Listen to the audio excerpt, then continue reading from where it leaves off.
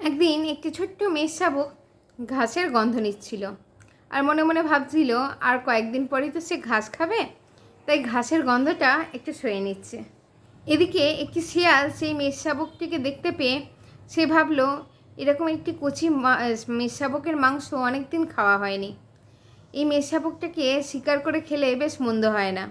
এই ভেবে ধীরে ধীরে সে মেষ শাবকটির দিকে এগোতে শুরু করলো। কিন্তু সে আবার মনে মনে চিন্তা করলো যে কোনো অপরাধ ছাড়া তাকে মেরে খাওয়াটা ঠিক হবে না। তাই সে বুদ্ধি করে সেই মেষ শাবককে বলল, এই তুই আমার ঘাস খাচ্ছিস কেন রে? তখন সেই শুনে সেই মেষ শাবকটি বলল, না গো শিয়াল কাকু, আমি এখনও ঘাস খেতে শিখিনি, আমি আর কয়েকদিন পর ঘাস খাবো, তাই আগে ভাগে ঘাসের গন্ধ নিয়ে নিচ্ছি যাতে আমি ঘাস খেতে পারি। শিয়াল তখন বলল, এই তুই আগের বছর আমায় অপমান করেছিলি না?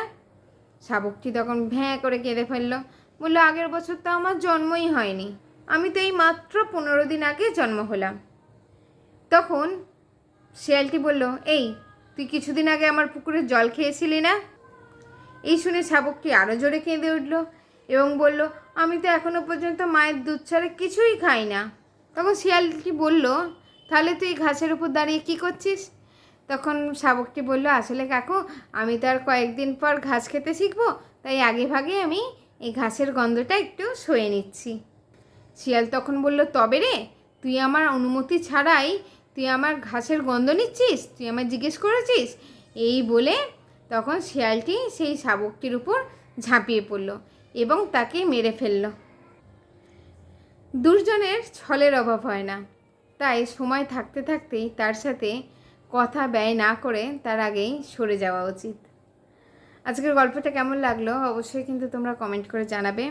ভালো লাগলে একটা লাইক করে দেবে। তোমাদের প্রচুর প্রচুর কমেন্ট আসছে আর আমার কমেন্ট পড়তেও ভীষণ ভালো লাগছে। আগেও বলেছি, আবারও বলছি, তোমাদের কমেন্টগুলো কিন্তু আমাকে গল্প বলার জন্য আরও অনুপ্রেরণা জাগায়।